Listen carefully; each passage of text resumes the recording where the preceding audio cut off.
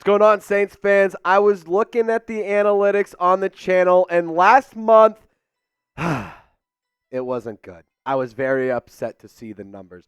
Falcons today kicked our rear ends. I mean, they had over double the subs that we had last month. That is unacceptable. I mean, sure, they had the Bill Belichick rumors, they had Ben Johnson, Jim Harbaugh, all sorts of crazy stuff going around that poverty franchise, but they are kicking our butts. So today is February 1st, Thursday, February 1st. I don't know my days of the week.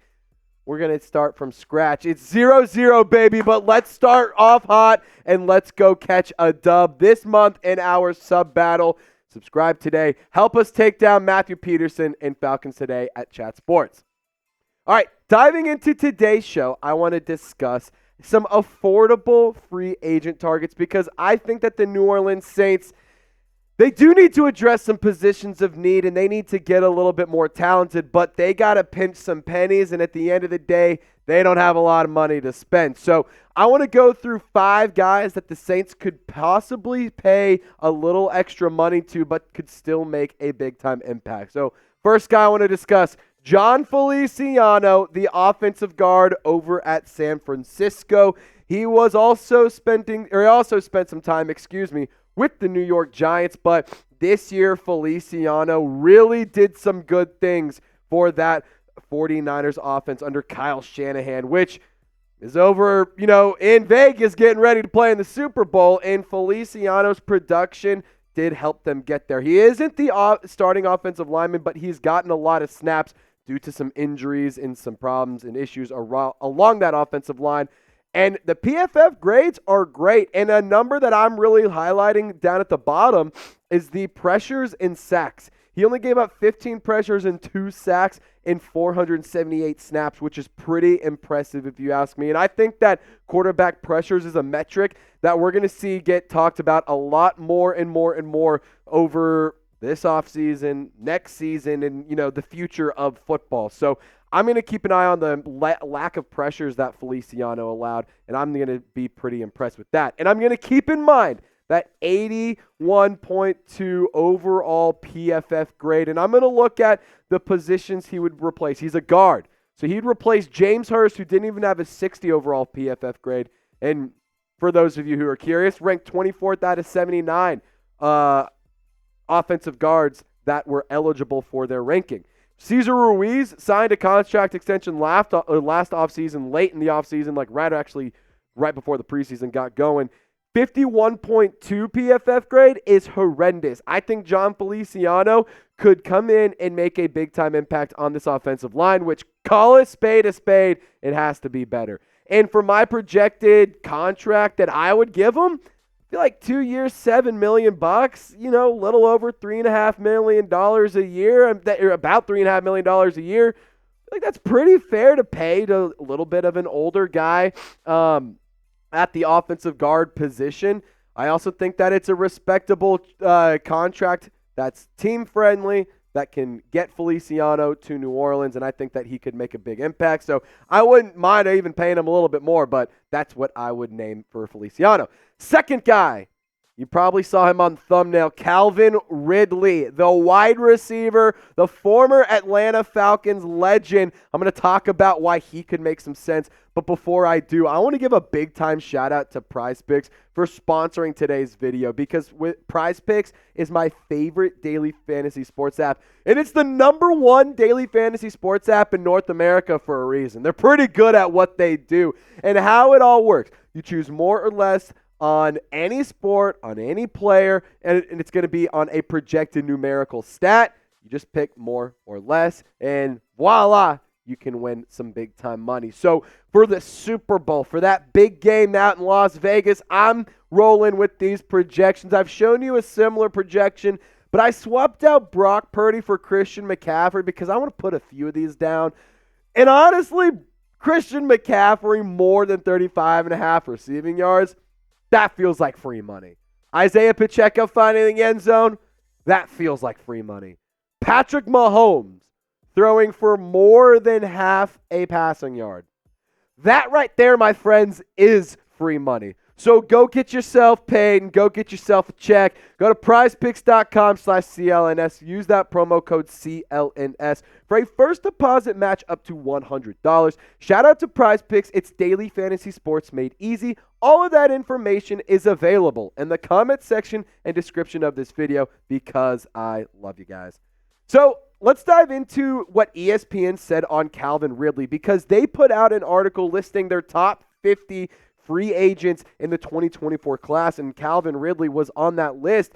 They said as a sudden mover in the route tree, Ridley can create second-level separation and test defenses vertically.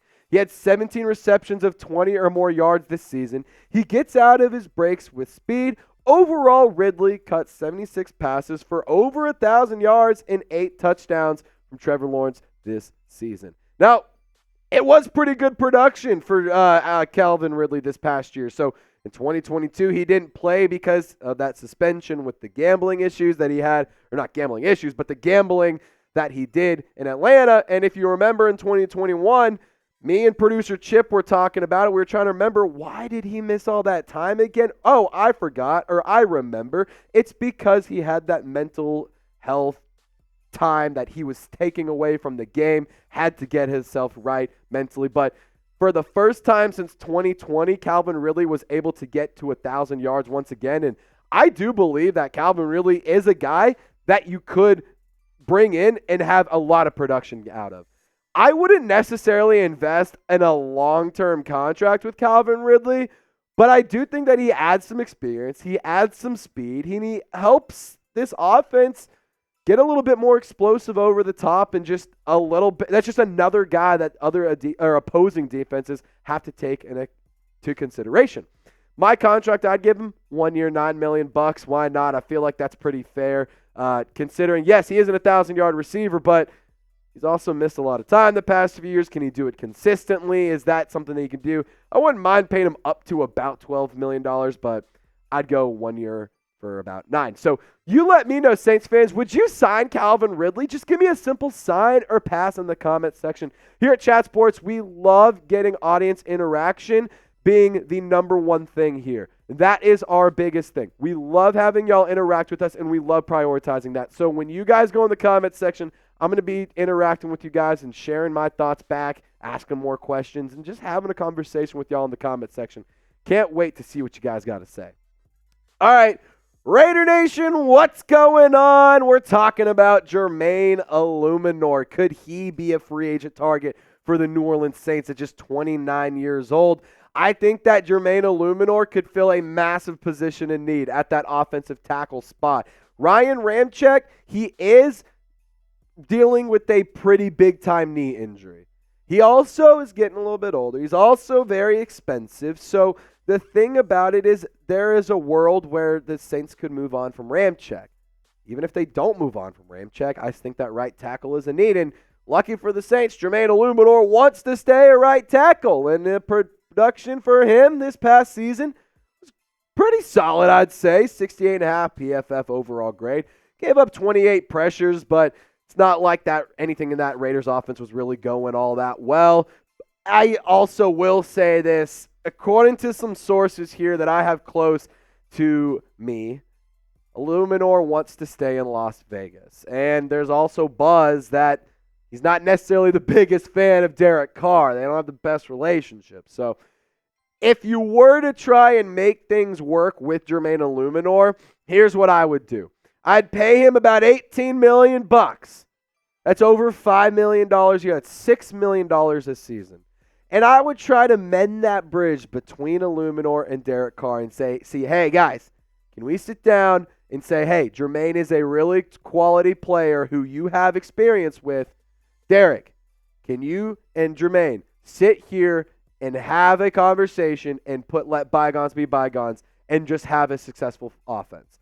That's what I think this comes down to. So I would go and look at a 3-year, about $16 million, 3-year, $18 million contract. That's, I think, a fair contract for Eluemunor. But I want you guys to be the GM for me real quick. What's the biggest offseason need for the Saints? Is it offensive line, defensive line? Do you think it's quarterback? Do you think it's running back or something? Do you think it's a head coach or a whatever. Let me know what's the biggest need for the Saints this offseason. All right, so an interesting name that we actually don't have to necessarily go shopping for. He's actually hanging out in our backyard, Isaac Yiadom. Man, I'll tell you what, Ike was damn good this year. And when he filled in for whether it was Marshawn Lattimore or it was Paulson Adebo or whatever he was doing, let me tell you what, Isaac Yiadom was good. His PFF overall grade was an 81.1. That coverage grade, an 80.4.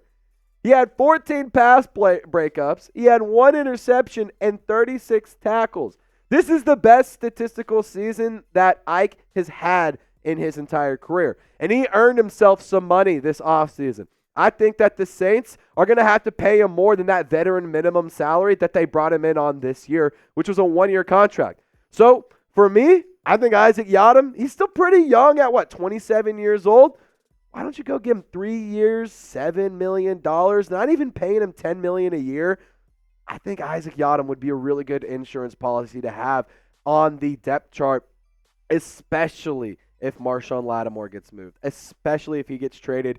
I do trust Isaac Yiadom to fill in because I think in my eyes, here's what you do. You could bump Alontae Taylor to the outside, / keep him at the slot if he develops over the offseason, or you can just move Isaac Yiadom to the outside and do whatever you want. So I think that those are all options that you can roll with this player, and I really like the player, and I would love to see him stick around in New Orleans. But I want you to get crazy for me, Saints fans. We got one more free agent target that's pretty affordable. It's going to be the most expensive one, but I think that the Saints might be able to make something happen here. Name your dream free agent signing in the comment section. Is it a guy like a T. Higgins? Dare I say the name? Mike Evans? Is it a Kirk Cousins or something ridiculous? For me, mine's Danielle Hunter. I would love to sign Danielle Hunter. That's my dream free agent signing. I don't think it's going to happen, though. But a name that could get signed, Devin White, baby. What about Devin White, the linebacker for the Tampa Bay Buccaneers? He's an LSU product, too, so I think that all of those Saints fans who love them some Louisiana blood and love them that Go Tiger blood, I think that y'all would like this move. I understand he is with the Buccaneers, but let's put that aside for a second and just look at the player. I'd pay this guy 3 years, $36 million. Here's the deal, though. Reports are suggesting that Devin White wants $20 million per season. Fred Warner, right now, best linebacker in the NFL, he's making $19 million per season. I don't think Devin White's going to command quite $20 million, but I could see him commanding anywhere from 12 to 15, and I think 12 is on the low end of that deal, so that's why I'm going to put out the low end of that deal. 3 years, $36 million, I think is a really good price to get a player of Devin White's caliber. So ESPN discussing Devin White, they said that he has great second-level range and is a productive blitzer who can get home to the quarterback. And he has 23 career sacks, going number 5 overall in 2019. Since 2019, excuse me. White has the ceiling of an impact linebacker against today's NFL passing game. But his 2023 production and tape wasn't as impressive as previous seasons. After 3 straight seasons with 120-plus tackles, he managed just 83. Devin White is a talented player. He has done an excellent job of getting better in terms of his development, in terms of the pass rush ability and the coverage ability. I like Devin White. I like Jon Feliciano. I like Calvin Ridley, Jermaine Eluemunor, and Isaac Yiadom. I think all 5 of these guys you see on your screen right here, you could get at an affordable cost while still giving them the money that they deserve. And these are 5 guys that I would not mind seeing rock the black and gold next season. But it's a real one roll call. If you made it to the end of the video, I want you to give me a real one in the comments section. And as always, Saints fans, thank you so much for hanging out with us. We'll see you next time. Y'all stay golden. Be sure to type real one in the comments section.